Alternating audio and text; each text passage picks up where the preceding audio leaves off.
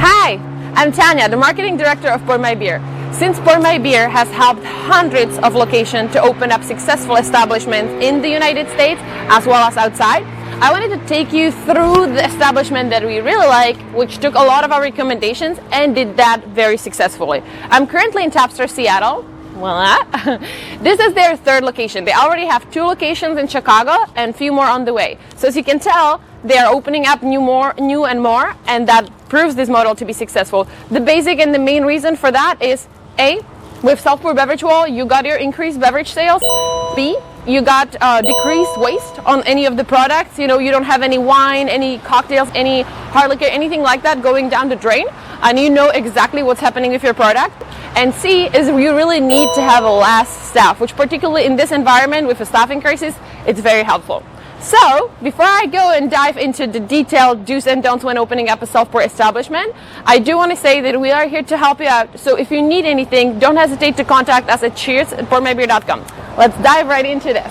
So before I take you inside, let's take a little break and take a quick peek of what's happening outside and what they are doing really well. So first one is going to be those big windows that obviously give any random pedestrian that's walking by that is not aware of this place, that doesn't know that this awesome spot exists, they can see how cool the space inside is. So that way they can just get excited about coming in. The next thing is going to be this amazing big door.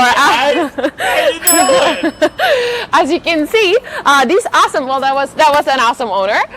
As you can see, these big doors are definitely letting a lot of traffic come through, but they also have a door on the other side. So whenever it gets busy, they're able to have a flow. Customers coming in, customers coming out. And one special extra thing for those that live in areas that are not as cold or maybe not as really chilly, I would recommend highly to open up the door, so that way you're creating that welcoming atmosphere and people that are passing by are aware that the establishment is open even earlier in the day when the place is still empty. Oh, number 4 is going to be our check-in station. It's definitely proximity and visibility of the check-in station. As you can see, the customer that just entered is able to walk directly to the check-in station and do the check-in. What happens is if you don't have the check-in station visible and somewhere near the entrance, the customer can be confused on what's going to happen. They see that beautiful beer wall, but how do they get started? How do they really go about it? And they want to try it, but they need to have a simple way to do it.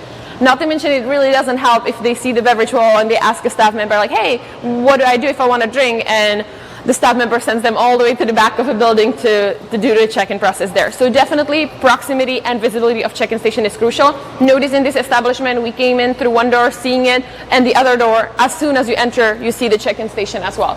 Several PourMyBeer family members, in fact, are going to even do 2 or 3 different check-in stations just to make sure that whenever the place gets really popping and busy, they have the option to basically check them in several spots.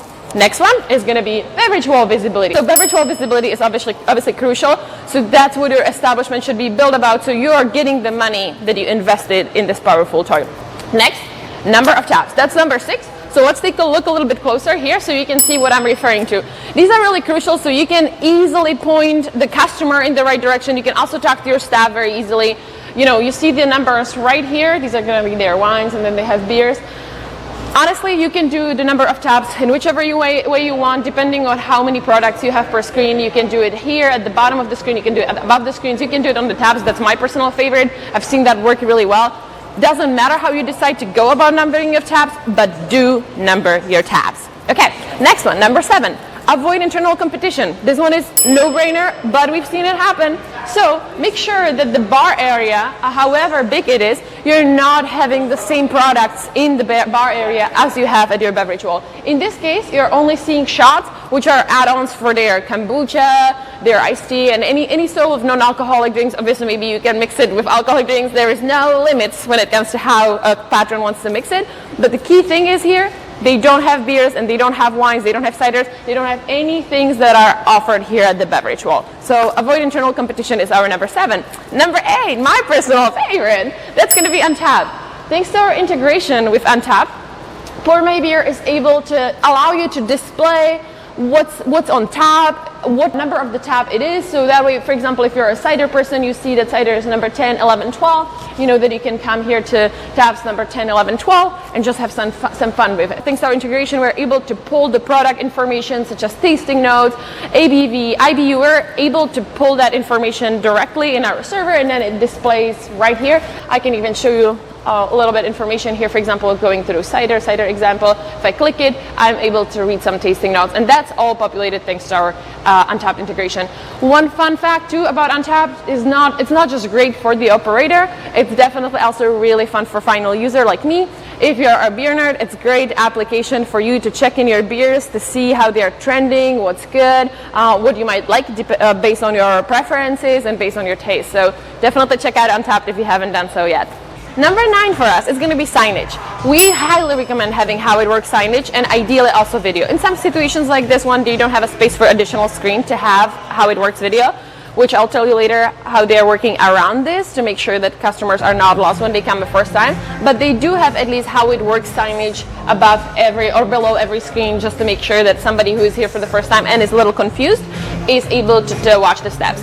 This leads me to step number 10, which is why they don't really have to have it on their screens, because they do ambassadors. They have what they call beverage wall ambassador. Some of our PourMyBeer family members call those beer wall ambassadors. You can call them beer half. You can call them anything you want. It's really just a person that's going to take the self-pour first timer through their experience, show them how to pour and how to really make the most fun of it, because you don't really want to pour the full glass. You want to just pour a few samples and be able to find their favorite. So beverage wall ambassador is there to really make the recommendations, take them through the journey, and generally I've seen that these guys really help with improving beverage sales, because as they're there and guide the patron's experience, they typically tend to recommend things that they like, and that ultimately leads the patron to drink more. Next is number 11, and that's beverage categories. See the cold brew coffee over here, kombucha, craft soda, and obviously they have beers, wines, and others. Those are really important because, again, when the self-pour first timer, or honestly somebody who's really familiar with self-pour but just wants to know where their section is, they're able to just come to that section, that's their preference, and just start having fun. Number 12 is going to be glasses. So we have several glasses right here. As you can see, this is one of their shelves. And then there are more glasses right over here, where you can see that they have a variety of glasses accessible right close to the beverage wall, which is obviously very helpful.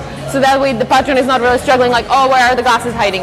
Very common setup for glasses is also that the PourMyBeer family members are going to have these either below the beverage wall or above the beverage wall. One of the Tapster locations does this in a really smart way, and they replenish the glasses from the back of the wall. They created additional space there for the staff members, so that way the staff members never have to put the new fresh glasses if the place is busy during the hours. And the same goes for this one.